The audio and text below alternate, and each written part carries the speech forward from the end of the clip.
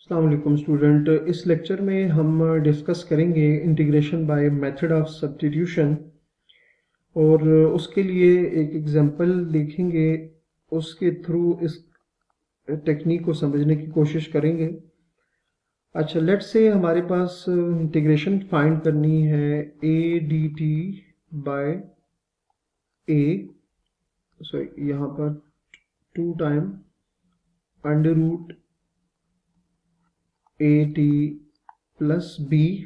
ठीक हो गया। हमारे पास ये एक फंक्शन है जिसकी हमने इंटीग्रेशन करनी है और इसमें हमने कहा कि इंटीग्रेशन बाय सब्स्टिट्यूशन करेंगे। ठीक है।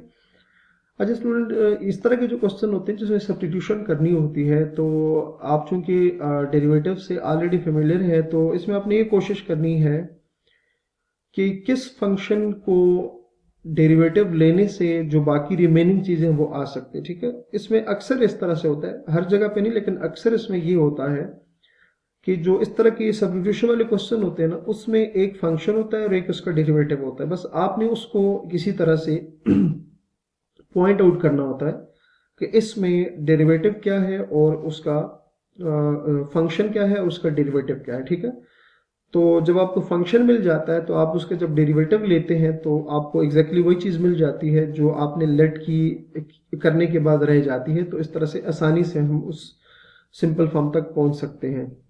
तो अगर मैं इसमें देखें ना, तो हम अगर इसमें लेट कर लेते हैं, लेट से, क्योंकि हम टॉपिक ही हमारा ये कि हम सब्स्टिट्यूशन करेंगे, तो इसमें लेट कर लेते हैं, लेट, और इसको u से लेट कर लेते हैं, u इज इक्वल्स टू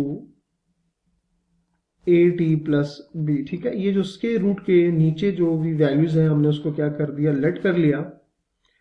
इसको अगर लिखा जाए तो a t plus b is equals to u भी लिख सकते हैं।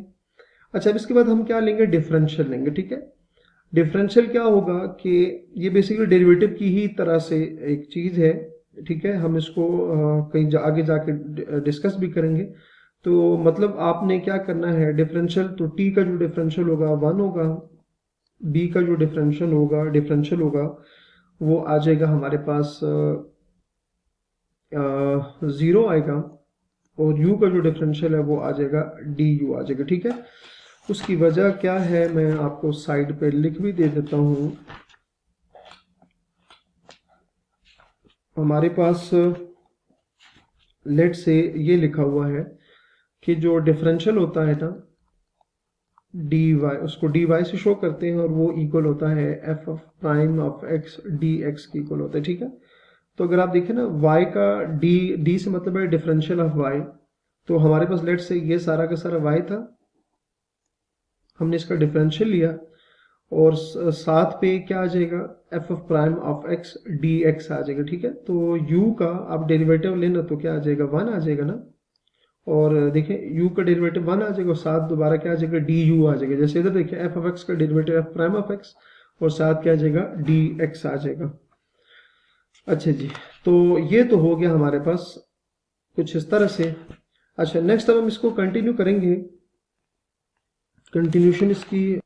और यहाँ पर ये हमने थोड़ा सा ना इसको, चले दोबारा मैं आपको बताता हूँ।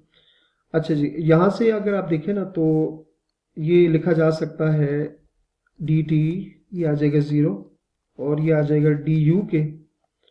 तो ए आ जाएगा आपके पास D T is equals to D U के इक्वल आ जाएगा। कहने का मतलब ये है कि लेट से अगर मैं इसको इस तरह से कहूँ ना, और मैं लिखता हूँ कि differentiate with respect to U, differentiate with respect to U, तो D T by D U as it is आएगा, बी कॉन्स्टेंट है 0 आ जाएगा और यू का डेरिवेटिव 1 आ जाएगा। तो आ जाएगा a D t d u is equals to 1, और इसको लिखा जा सकता है A D t d u लिखा जा सकता है। तो यही वो चीज़ जो है हमारे पास आ गई। ठीक है।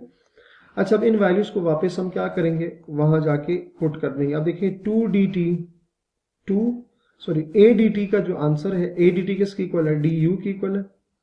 तो ये D U as it is आ जाएगा, ओवर 2 हमने एज इट इज लिखना है, इसकी जगह तो हमने u लेट किया हुआ था, u आ जाएगा और पावर जो है 1/2 आ जाएगा। ठीक है। अब आप देखिए हमारा जो पूरा फंक्शन है वो एक न्यू वेरिएबल u में कन्वर्ट होगा। पहले किस में था, वेरिएबल t में था। जबकि अब किस में आ गया, वेरिएबल u में आ जाएगा। ठीक है, अब इसको हम इजीली लिख सकते हैं। अगर मैं 1/2 को इधर ले आऊं बाहर, u को अगर मैं ऊपर शिफ्ट कर दूं तो -1/t और u और du आ जाएगा। अब इस पे देख सकते हैं मैं पावर रूल जो है वो इजीली अप्लाई कर सकता हूं, क्योंकि अब इस पे 1/2 u -1/2 + 1 -1/2 + 1 प्लस c, तो 1/2 ये आ जाएगा 1/2 1/2 प्लस c, 1/2 ये 2/1 u⁻² 1/2 प्लस c, कैंसिल हो जाएगा। अब u जो हमने लेट किया था ना वो क्या था, at प्लस b था प्लस c। तो आपने क्या देखा इसमें कि हम इसमें क्या करेंगे, थोड़ी सी डिफ्रेंसिएशन करेंगे, डिफरेंशियल लेंगे और चीज़ों को लेट करके अगर देखें तो बिल्कुल इजीली इसकी इंटीग्रेशन की जा सकती है। नेक्स्ट एक और एग्जांपल है हम डिस्कस करेंगे, इसी सब्स्टिट्यूशन से रिलेटेड है। तो एग्जांपल में हमारे पास लिखा हुआ है evaluate x over 4 + x², 4 + x² square root dx। अच्छा जी, अब इसमें हमने क्या करना है, अगेन उसी तरह से कुछ चीज़ सब्स्टिट्यूट करेंगे। तो लेट कर लेते हैं 4 + x² is equals to u के, इसको लेट कर लेते हैं, या चलो इसको चेंज करके t भी रख सकते हैं, तो t रख देते हैं इसको।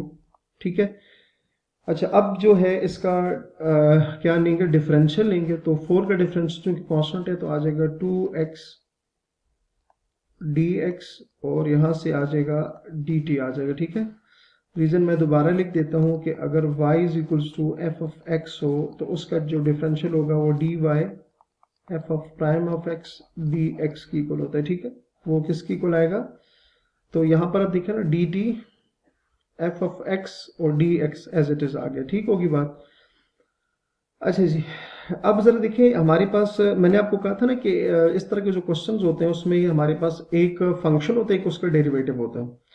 तो अगर मैंने इसको फंक्शन लेट किया तो डेरिवेटिव देखे ना क्या आ रहा है, x dx है, ये 2 साथ एक्स्ट्रा आ रहा है। तो अगर मैं इसको उधर डिवाइड कर दूं 2 को, तो ये क्या आ जाएगा, dt/2 आ जाएगा।